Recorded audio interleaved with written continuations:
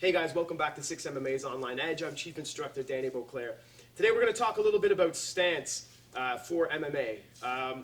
It's kind of funny. I'll notice when you watch some YouTube videos or you Google search MMA stance, you'll get coaches saying, this is the only way, the correct way to stand for MMA, which cracks me up. Because really, your stance should depend on who your opponent is, okay? So let me give you some examples. Let's say that I've watched tape on my opponent for my fight coming up, and he's a leg chopper.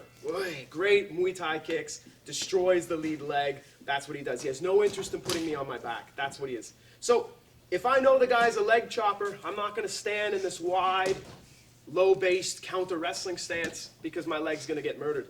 Okay, if I know my opponent's there, I'm going to be lighter in a more traditional Thai stance where I'm able to pick this lead leg up and teep and be faster there. So let's say I'm fighting a wrestler who has no interest in kicking my leg and just wants to take me down. Yeah, I might base out into a wider stance, right?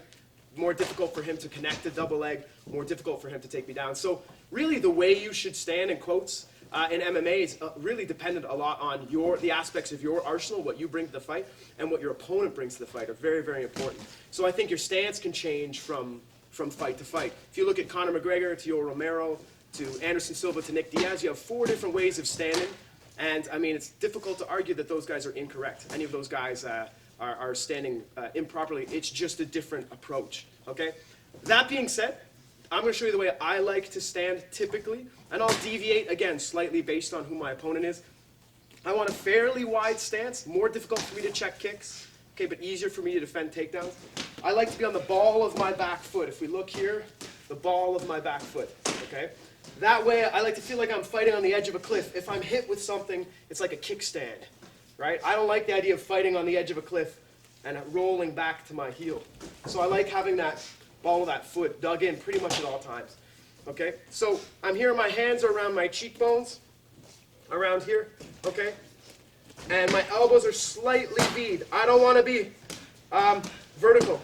They do this in boxing, and again, for boxing, it's not incorrect. You know, when in Rome, when we're looking at MMA, those kicks, or Muay Thai, they're going to start to pulverize my forearm. Not to mention, he's got a straight line to the head kick.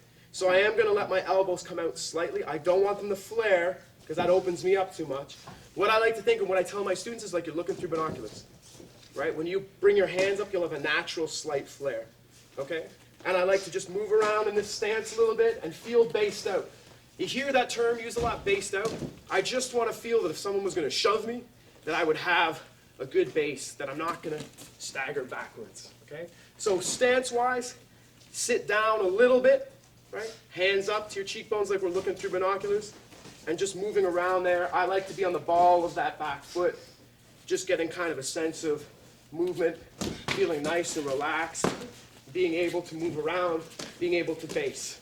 So that's the basic stance we're looking at for MMA. And again, it's not correct. This isn't the only way to stand.